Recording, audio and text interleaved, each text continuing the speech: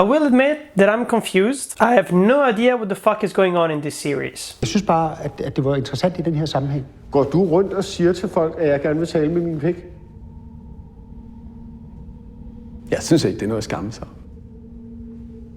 Det lyder meget kreativt for mig.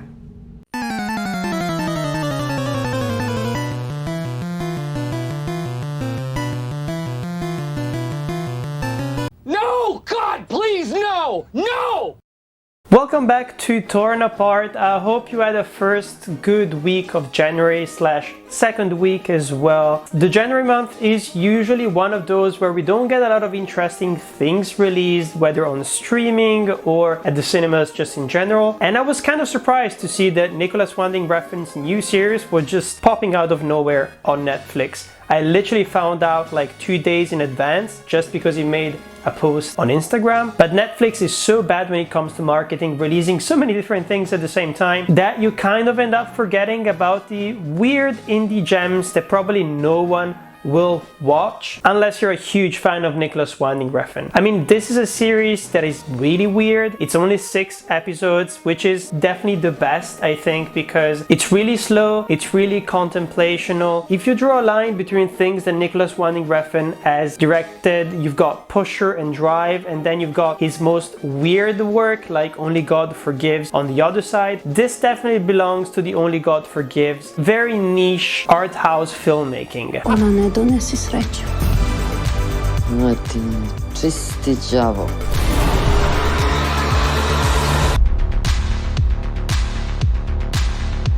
So it is very neon looking, it is very vague also when you're trying to explain what the hell is going on episode by episode, or even when you try to give a plot synopsis, it just doesn't really match with everything else that you see on screen. And of course we'll be talking about the good, the bad, the bad when it comes to this series. I will try not to spoil it too much, but let's start with a small introduction. There are not that many A-list actors. We've got only 2 actors that I actually know and I've seen in other projects. People like Burek, who we saw very recently in the Triangle of Sadness. Ronald Reagan, he said also, socialism works only in heaven where they don't need it, and in hell where they already have it. That's pretty good, yeah. But he was also apparently in Nicolas Winding Refn Pusher trilogy, which is one of the things of him that I still haven't seen. And then we've got the main actress of the series, who's called Angela Bundalovic, who we saw also in the TV series The Rain. But maybe a lot of people don't know it because you don't really enjoy reading subtitles. My brain hurts!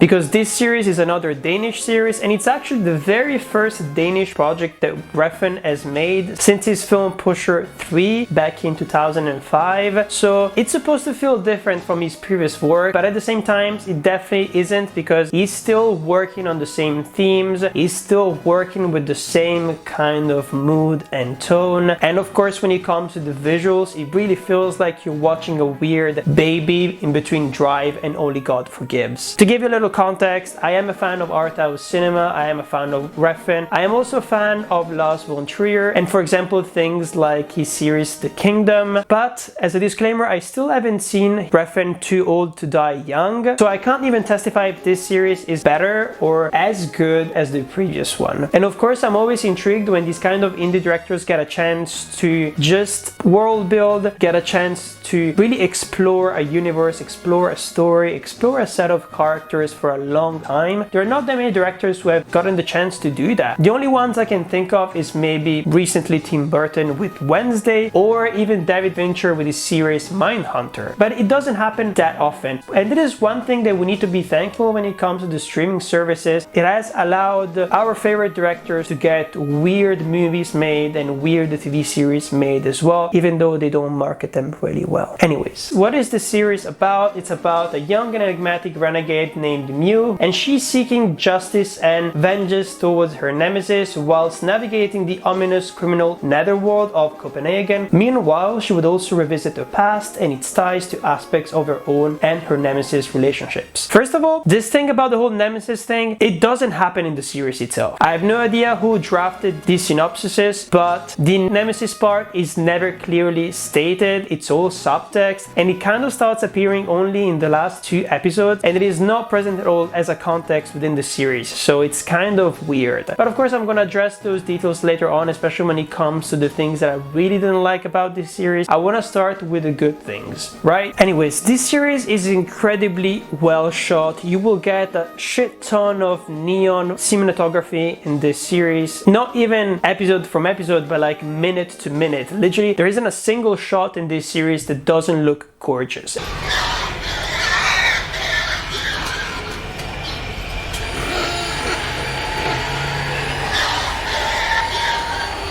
And that's something that I really appreciate, especially for a Netflix series, just because they tend to look really cheap. They don't really think of interesting camera work, and this of course changes a lot the production design, because if you're going to do a scene and do a shot, reverse shot of a conversation, the production design and the location that you're using will not be exploited as well, and it will not feel as complex, as lived in, and as interesting. But when it comes to this series here, you see every single aspect of every single location. Mostly because Nicolas Winding Refn works with a spinning shot, a 360 spinning shot that he uses constantly, almost one per episode at the end of the day. Some of them are incredibly beautiful. They really play with the audience expectations. There is this one that comes to mind, for example, when there is one of the main characters, the villain, who is given a present by his parents, and the camera keeps spinning around, going from the reactions of the parents who is seeing their child, who is not technically a child, but you know what I mean, unwrapping the present and then going back to him, unwrapping the present and then going back to the parents and then going back to him, until there is a plot twist and it just really hits you hard. Very often the camera work and the cinematography hit you hard, mostly because of the score. There is a lot of classical music, there is a lot of gravitas, and this is something that you have to do when you're trying to build a series like this that is very slow paced, that requires the audience attention. It's definitely not one of those series that you want to binge watch. I did it for this video here, but it was really hard just to stay concentrated, because it is a series that requires concentration, because literally every single shot is a painting, and there is a lot of visual storytelling going on, and the dialogues are actually quite minimal.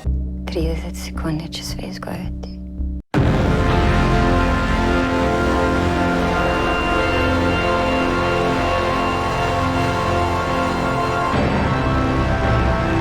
So you've got subtitles, interesting camera work, a lot of visual metaphors, so you have to pay attention to this series here, and that's something that Netflix doesn't do that often when you think about it. The series feels quite refreshing. I love the fact that the dialogues are really thought through. There isn't any words that don't deserve to be said out loud, and I like that, because I feel like nowadays we are in that kind of postmodern writing when it comes to the dialogue. We're always being cynical, we're always being sarcastic, and we're just talking too much. And coming here was our last-ditch effort to save our thesis, and I can't breathe in this thing.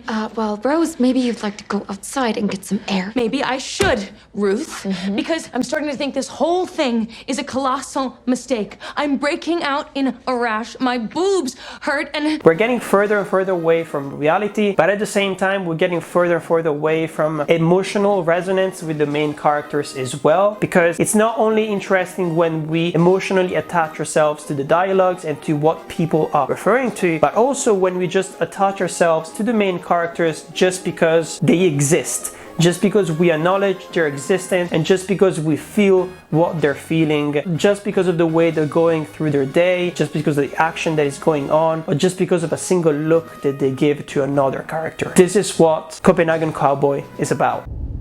Sig noget. Lad mig høre din stemme, Mads.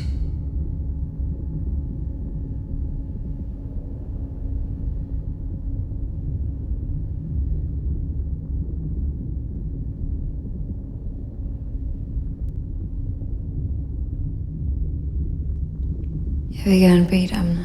Weirdly enough, I just realized this is the first time that I actually told you the title of this series, but yeah, it's called Copenhagen Cowboy. I have no idea why it's called like that, mostly because the main character is a woman, and this goes in the really good part of my critique when it comes to this series. I loved the fact that the main character is a woman, but you can't really draw really defined parallels with other action women lead. If you think about Luc Besson's Nikita, or Lilou from The Fifth Element, or Tom Raider as well, this is a main character character that is not sexualized at all. There are a lot of other people who actually call her a boy, and it's really interesting because it really shows the frustration of everyone around her, but the audience themselves not to be able to sexualize and objectify the main character in the same way that they are objectifying all the other women on screen, because this series is a lot about women's exploitation when it comes to their bodies, their mind, psychological, physical. It talks about prostitution, it talks about drugs, it talks about so many different dealings, how women's bodies are disposed for people's pleasures, and it's always interesting. And of course it reminds me other themes that he worked on in his film The Neon Demon, which I really like. Actually, this whole series kind of looks like a weird fashion show video. Some people are gonna like that, and then some people are gonna feel that it feels very superficial, that it feels very sterile, mostly because it doesn't really look like a real world, but it doesn't really look like the kind of neon aesthetics that we're used to seeing when it comes to Stranger Things, for example. It's very specific to what Nicolas Winding Refn finds interesting. If you like his previous films, basically you're probably gonna enjoy at least looking at this series.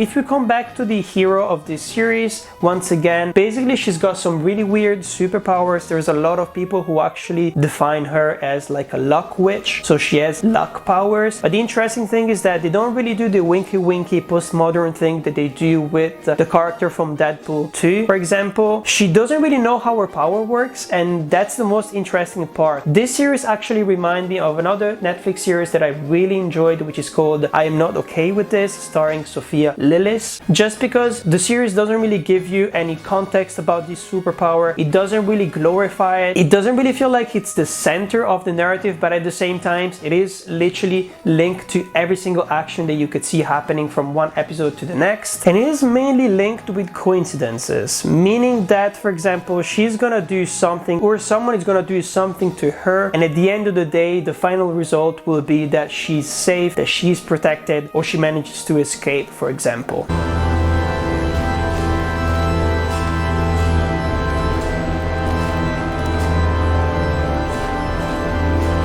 That was what I mean when it comes to the luck power. It doesn't really look weird, it doesn't look supernatural, it just looks very eerie. It kind of reminds me of the powers that you see when it comes to horror films, for example. There is a lot of suggestion and there isn't a lot of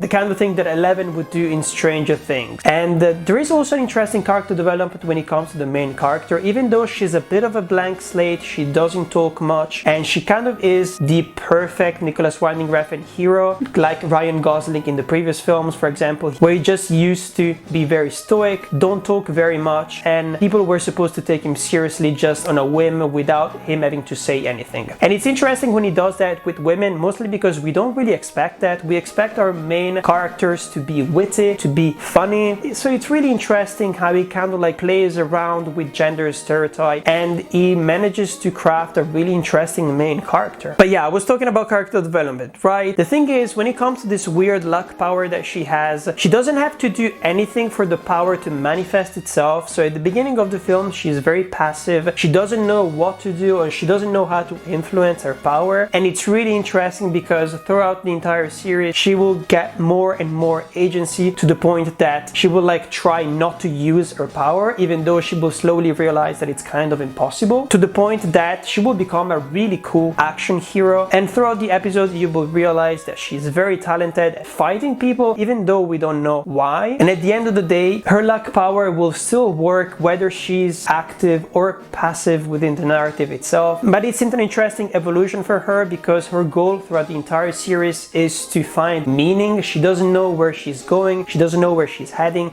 she doesn't have any legal papers, so technically she's not allowed to stay in Denmark. And because of different coincidences, she's kind of stuck trying to save some people and fight others, and gets meddled with a lot of weird gang wars going on within the criminal world of Copenhagen.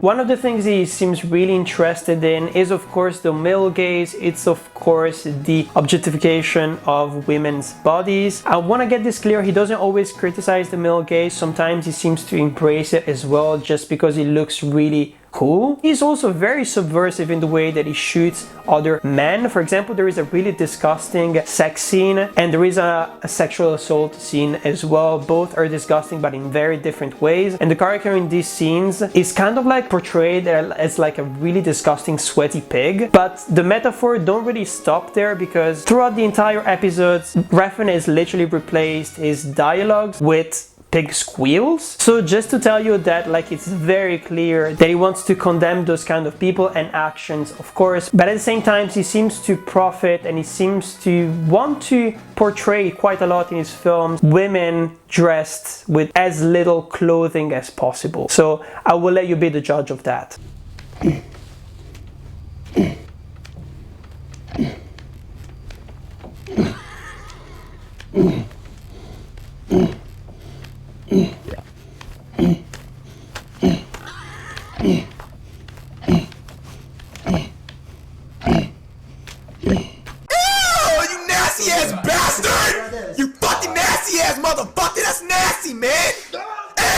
The opposite side of our main character is this weird guy, and there I will have to applaud Nicolas Winding Refn when it comes to the casting because he is absolutely terrifying. He gets obsessed by our main character and he wants to kill her. He seems to be a serial killer and he seems to come from a family of generations of serial killers. Most of the absurd things seem to happen around him as well, and these are the kind of mad things that I don't really like about this show because it really feels tonally inconsistent.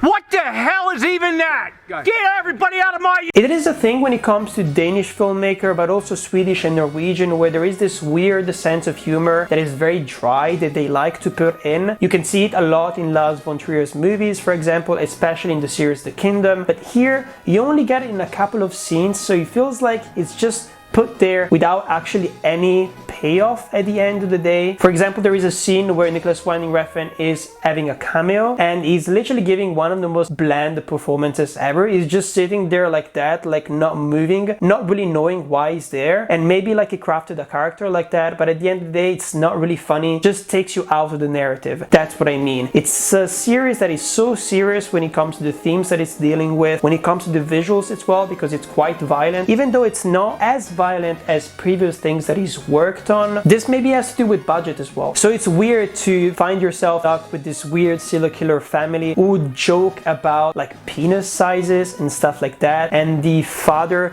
of this household is like talking a lot about his cock and how he goes around doing conventions talking about like the importance of his penis and how it gives him power. Maybe it's like a weird metaphor, or that's how he tries to explore themes of like toxic masculinity, but it just ends up sounding ridiculous at the end of the day. I really like the main character though of the villain, who actually gets completely ridiculized and becomes very pathetic as soon as he meets our main character, so Mew. This happens very often with like European directors who work in action subgenre as well. There is a need to deconstruct and completely destroy sort of like the cliche of the hero, but also of the villain, the way that we see them as incredibly powerful people that will never be able to be vanquished. But no, as soon as they meet, he just literally kicks the shit out of him as fast as possible, and it just makes him look pathetic. And I really like that. At the end of the day, that was really cool. But those are basically all the good things that I can think of when it comes to this series here. I try to stay as spoiler-free as possible, of course, because maybe I would recommend it, but I'm still not sure. Let's go to the let's go to the bad things that I didn't like about this series. First of all, there's a lot of things happening in the series. Like, you can't say that it's uneventful, that it's slow and uneventful. There is a lot of things happening, but after a while I just stopped taking notes because it was just getting so incredibly ridiculous, and it was exploring a lot of cliches that we know about the crime industry. For example, Mew is trying to infiltrate one mafia to pay the other one, but at the end of the day she will manage to destroy both mafias from the inside. And of course there is drugs involved and drugs being stolen, and there is a drug tug-of-war as well, which is kind of like depicted only through visual metaphors in like episode 5, if I'm not mistaken, or 6, through extremely close-ups of guns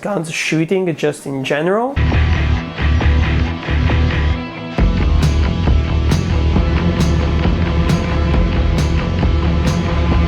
What makes cinema? And I don't know if they decided to do that just because they didn't have any budget. Maybe they put all the budget in the cinematography itself and the editing of the show at the end of the day, but they didn't really put a lot of money when it comes to the practical effects, so the blood and gore, but also the staging of big action scenes with a lot of people to coordinate. And at the end of the day, that made the show kind of look not as grandiose as it wanted to be. And of course, it's to the detriment of it. And I've seen a lot of reviews online calling this basically like a blissfully gorgeous, boring mess. And at the end of the day, I kind of agree with that. Even though like I'm a huge fan of his work, I'm a huge fan of slow things. Like I can sit in front of the TV for 3-4 hours. I don't have a hard time doing that. You disgust me. Go on. Even if there is no dialogues, even if it's just a shot of like a plane going through the air, I have no problem with that kind of art house stuff. So if I'm saying that at the end of the day the journey didn't feel like it was worth it, trust me, it was really not worth it. It really felt like it was like a 6-hour version of Drive, or a 6-hour version of Only God Forgives, where he tries to explore themes, he tries to go through a specific narrative structure, but at the end of the day it kind of feels like a mess, you know? And of course there are some things like when it comes to the fighting choreography, I find it interesting, but it also feels really fake at times. And of course you could take this as the director Nicolas Winding Refn deconstructing the action subgenre and kind of taking you out of the narrative and making everything look not fun and not exciting. But when you're building a series dealing with those themes, as I said before, at the end of the day you have to have an interesting climax. You have to have a strong climax that you can remember. And spoiler alert, we end basically the series with a fight in between a mobster and Mew. And all these sound effects have completely been changed to musical sound effects, or sometimes are completely silent. And this makes the fight look incredibly fake.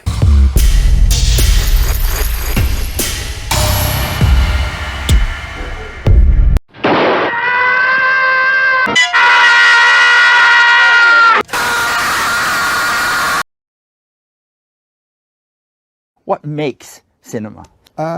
And for me, this is a huge problem because you've been building up to something. It feels like the series is building up to a big showdown. And in the last few scenes, we basically have the Nemesis, who is played, by the way, by the sister of the serial killer characters who I was talking about before. She's woken up from like a weird sleep that she was in. She was in a casket as well. A lot of weird like vampire attributes that we can associate to this character here. Apparently, she was put to sleep because she was too powerful for the world. I have no idea what the fuck is going on. This was a subplot that made no sense at all. I have no idea why Refn decided to cut back to the serial killer over and over again, even though he was not part of the main story at all. And this is the weird thing. It feels like Refn was trying to do world building for a future second season, but I would never watch a second season of this show. Absolutely not. Like, you'd have to be crazy to watch a second season of this show. But it's really funny because he starts like doing like world building and teasing and putting cliffhangers at the end of the episode so that you want to watch a second season.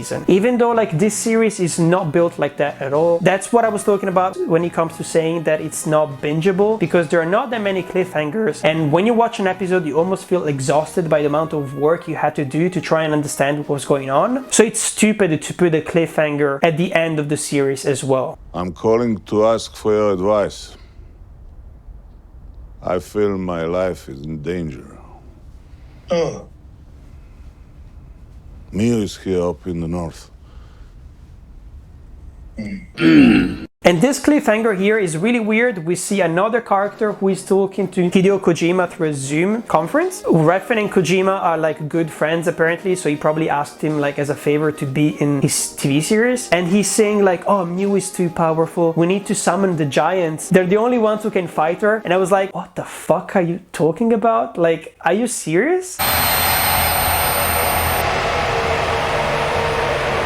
Are you trying to build like a weird superhero like fantasy theme within a very serious like crime drama series? And yeah, it's exactly what he wanted to do. And I found out actually through different interviews that I found on YouTube that basically he wanted to shove as many subgenres into the mix as possible. He wanted to make a weird neo-gothic horror story. He wanted to make a neo-noir story, a neo-western story. He wanted to make a neo-science fiction story as well, because it's not very clear if Mew is an alien or not. It's not really clear how she got where she is today, who her mother is, how she got her powers, etc, etc. Even though we start with saying that she's a witch, which could have been way more interesting than the alien stuff that starts being teased towards the end of the series. And of course, in this interview that I saw, he actually talks about the fact that this could be like a weird neo-superhero series, that he wanted to make a superhero series. Of course, when you have so many things in the mixer, it just turns out bad.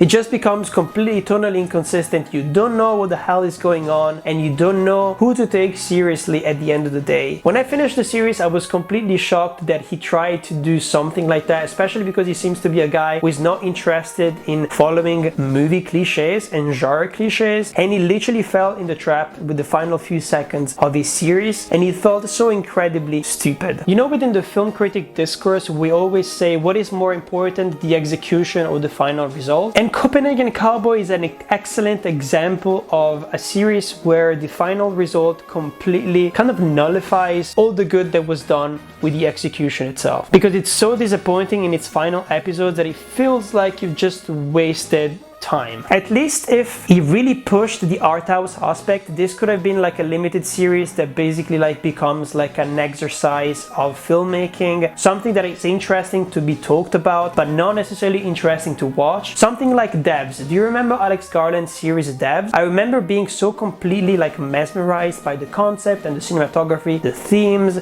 and the tone of the series, but it was such a boring show to watch. Incredibly interesting to discuss with people, incredibly boring to watch on a weekly basis. And we have the same things here when it comes to Copenhagen Cowboy. For a last bad thing when it comes to this series, I will add that apparently PETA put up a complaint that during the shoot of this film they actually shot and killed a pig for a specific scene, which is not really nice for like animals' rights just in general. So I wanted to mention that because he felt like it's important, because there is not many films or TV series that actively endanger like the lives and well-being of animals. And there is a lot of pigs specifically and animals just in general in this series here. So it felt like something important to know, mostly because it's definitely going to impact the way that you watch this series and how it feels like when you see these pigs interacting with humans as well.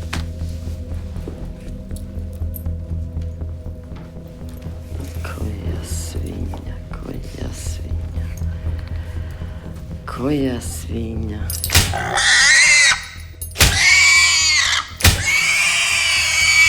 But anyways, that is basically it when it comes to Copenhagen Cowboy. I don't think I can recommend it. Maybe if you're like a huge Nicolas Winding Refn fan, you will enjoy this. You will find something enjoyable about it. But let me know down in the comments what you thought about it. If you enjoyed Copenhagen Cowboy, which at the end of the day is kind of disappointing. It feels like one of those moments where you shouldn't give that much power to directors, especially art house and indie directors, because they just go all over the place and the result is not even that interesting. So it just feels like a lot of wasted money and talent, but I'm also happy because it shows that with a low budget you can still create interestingly looking TV series, and that not everything has to look like it has been shot through a shoe. This is becoming like my most expression ever. I don't even know if it's an expression, maybe I just made it up. Anyways, don't forget to like and subscribe. Every single like that you drop will go to the pigs that surround us in the world. Babe, for example. Babe is a really fun pig. I like Babe. I definitely don't want to eat him. I'm Patrick,